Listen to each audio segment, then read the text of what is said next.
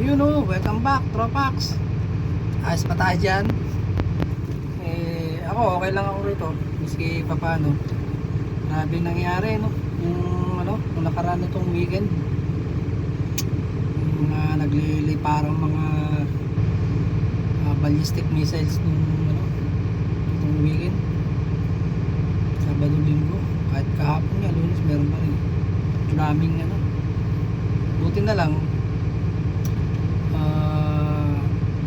nasasalag nung yung air defense ng, kasi ako nandito ako sa Dubai. Dito ako nagtatrabaho dito sa isang ready mix. Operator na ako ng loader ito. Operator na ako ng loader. Ngayon nandito kami, ang lugar namin sa lugar namin dito sa industrial area. Ngayon na nabalitaan ko yung pangyayari na yun. Kasi nung last weekend, Sabado, night shift ako panggabi ako noon gising ako ng siyempre umuwi ako ng Sabado ng umaga from ng duty. Tulog muna ako, almusal muna, tapos tulog kasi Ramadan dito ngayon. Tapos gising ako tanghali, luto ako. Pagtingin ko sa social media, ayun na, nabalitaan ko na inatake pala yung Iran, inatake ng US at saka Israel. Nagsanib pwersa yung Israel saka US, inatake nila yung Iran nung umaga. Basta yung araw na yun, nung Sabado na yun. Nung naano ko lang sa social media, hapon na. Eto na, pagdating nung may narinig na akong putukan dito. Nandun sa namin, sa accommodation namin, putukan talaga. Hindi na ako nakatulog Yung pala, sinasalag na ng air defense nung UAE yung una kasi inatake kasi gumante yung Iran Nung inatake sila nung pinagsahid puwersa ng US at saka Iran, Israel, nag-retaliation yung Iran. Gumante yung Iran, nagpakawala ng mga ballistic missiles, attack drones, yan, saka yung meron pang cruise missile Ang inatake nila yung mga US base dito sa Qatar, Bahrain, Abu Dhabi. Dami nilang inatake dito na US bases, pati yung mga yung mga cruise ship. Dito kasi sa Dubai, dito meron dito may naka-down ditong warship dito, mga warship, mga destroyer yan sa port. Kaya natake din nila. Kaya lang ang merong mga missile na hanggang sa civilian area, mga komunidad, meron ding Kaya sa taas pa lang sinasalunan ng ng air defense ng UAE. Kaya saludo ako sa air defense ng UAE dahil naprotektahan nila yung mga residents, mga nakatira dito, mga residents. Talagang full effort sila. Talagang siguro kung yun hindi sila nakamonitor doon, talagang maraming magiging pinsala. Siguro pati merong may mga nasawi, tatlong tao nasawi, tapos may mga nasugatan niya, nasa 50. Iba kasi mga nasawi na naiulat, mga natamaan ng debris, mga sa taas pa lang kasi sinasalunan ng air defense grabe yun. Kaya pasalamat na rin andito kami sa lugar ko, dito ako sa industrial area. Pero kita namin dito yung mga nagliliparan kasi nung nag-duty pa ako ng Sabado ng gabi, talaga kasagsagan ng kasagsagan ng liparan ng mga missile ito, sabay-sabay ang atake Bahrain, Kuwait, Qatar, Abu Dhabi, ito pa yung Dubai, tapos Jordan pa, Israel pa, dami, sabay-sabay. Pero yun, ang dami nilang pinakawalan na na missile. Kahapon nga, kahapon ba yun? Kahapon nga yata, umaga. Inatake nila yung Aramco, yung ano doon, oil refinery sa ano, Saudi. Talagang, ano, pero pasalamat na rin at miski pa paano kami dito ano, dahil nasasalo naman ng ano, ng air defense ng UAE. Yung siguro yung hindi ko, wala kasi ako sa syudad yan, dito kami sa industrial area, pero kita namin yung ano nung naka-duty pa nga ako, meron pa akong binidyoan na ano yung mga pabaksak na mga ano ilalagay ko yung ano yung video na yun, kasi naipost ko yun sa ano ko, sa FB ko yung ano, nilagay ko doon sa reel, naka-duty kami. Ang concern ko lang nung gabi na yun, bakit hindi pa kami pauwiin o kaya tigil yung operasyon namin, naglilipara na yung mga missile. Yun ang ano ko dito, nung gabi na yun, dapat kinancel na yung trabaho namin at para makapagtago kami ng ano, ng maayos, kasi pero yung nagtatrabaho ka, naglilipara yung mga missile sa taas. Mas lalo na dun sa ano, sa syudad, ang daming, yung isang hotel doon na Fairmont natamaan yata tapos yung 7-star hotel na Burj Al Arab, meron din nadali sa ano Tagliran sa parteng baba pero maski pa paano talagang effective yung ano, yung air defense ng UAE, talagang matindi. Ano sila full support talagang hindi nila inanoan talaga nila yung ano, yung mga mamamayan na nakatira din sa UAE. Talagang ganun sila mag-effort dun sa ano, pero mo kung hindi na ano yun, hindi na sa pagsasalo sa taas, lalakas ng dagundong bubog, talagang solid. Talagang ako makarinig lang ng kalabog, kala ko may pumutok na naman, sabi ko dun sa kasama ko Kenton Total, may pumutok na naman, hindi, kalabog lang ng ano yung sasakyan, pinto. Para nagkaroon na ako ng trauma.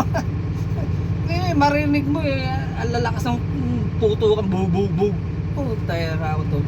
Mga ibon talagang di malasang pupunta di malasang susuot talaga yan. Talagang, pero salamat at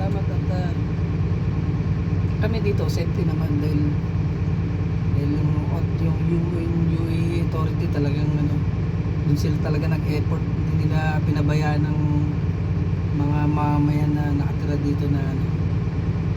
Meron talagang naiulat na meron 3 nasawi dahil meron nabaksakan yata mga debris ng ano, mga missile. Tapos meron ng mga nasugatan. Siyempre siguro hindi rin maiiwasan. Kaya nga yung nakarinig ako ng emergency alert do sa cellphone sa mobile phone ko. 3 beses yun mga parting alas 12 ng madaling araw sa mag-alauna. Kasagsagan ng ano yun, ng liparan ng ano. Pumarking na ako, naganap na ako ng ano, bumaba na ako sa 7. Bakit ka ako hindi pa pinapatigil trabaho nag-aanuan yung mga misan. Ako naganap na ako ng ano, kasi baka dito sa area na ano, kita namin na binabidyo na ako nakakatakot. Mas lalo ko nandun ko sa syudad, sabi ko talagang ano, makakaramdam ka ng kahit anong tapang mo, pagka ganun ang naranasan mo, makakaramdam ka ng takot. Yun ang nasa isip ko noon sabi ko wala puta, itong mga missile na to hindi tayo kilala nito basta inaabot ka niyan, wala ka, hindi naman niya katulad siyan yun, teka iwas, hindi tayo iwasan yan, ikaw umiwas, missile yan hindi tayo kilala niyan, hindi tayo sasantuin yan. Yun, namatay yung ano, yung leader ng ano, nadali nila yung leader ng supreme leader ng Iran. Pero sigurado mayroon ipapalit na, mayroon din sila ipapalit. Tapos nag-aano sila, nagluluksa sila 40 days. Ang mangyayari niyan, pagkatapos siguro magluksa, tapos meron na sila na italaga na bagong supreme leader, Hindi natin alam, baka gaganti na naman, paano na naman yan, retaliation na naman yan kasi gaganti nila yung leader nila na namatay. Wala nang katapos ang ano to. Pero matindi, hanga ako dun sa ano, air defense ng UAE, yung TAAD, Thermal High Altitude Area Defense, ang tindi. Sa taas pa lang, ano na, huli na agad eh. May makalusot man siguro, ano eh, madalang. Kaya nga ang nakalagay dun sa ano nila, 98% yung ano nila na intercept na yung effort nila dun sa air defense, TAAD. Tapos yung sa lower naman na ano, yung may mga pag may nakalusot sa taas, pagdating sa baba, yung mga bababang area, meron pang ano doon, may tumatarget pa. Yung PAC Patriot, PAC-3 Patriot. Talagang ginastusan sila ng ano, ng UAE yung ano nila, air defense nila. Sa pagkakaalam ko, South Korea meron yan eh. South Korea saka yung Taiwan, meron yan yung TAAD na naka-deploy yan sa iba't ibang bahagi ng ano, ng isla ng Taiwan. Maraming silang ano, kaya lang sikreto yung lokasyon nun, pati dito sa Korea, South Korea meron silang ano, TAAD, gawa ng kanuyan eh.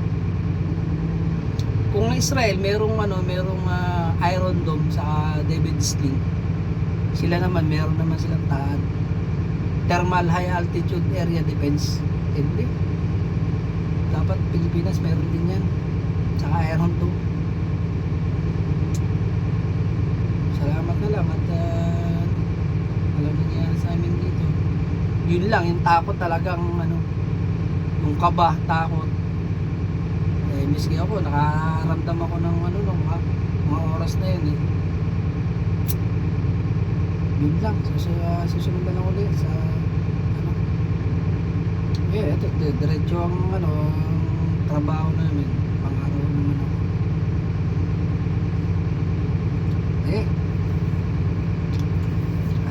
Ayos lang ako rito. Rock and roll.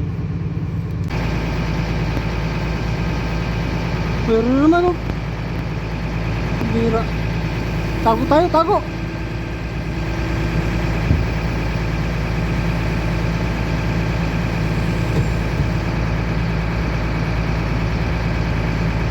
Pero naman oh.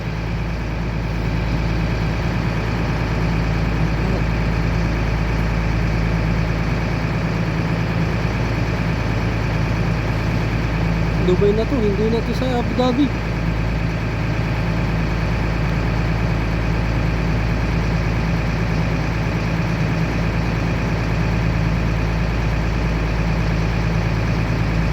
Ito na intercept.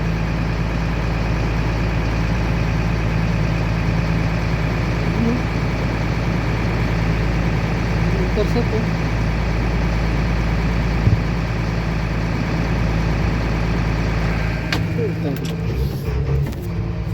Tago, tago.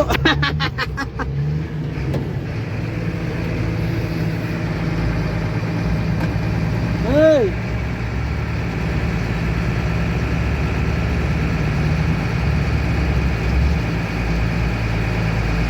Lari. Take cover. Hey.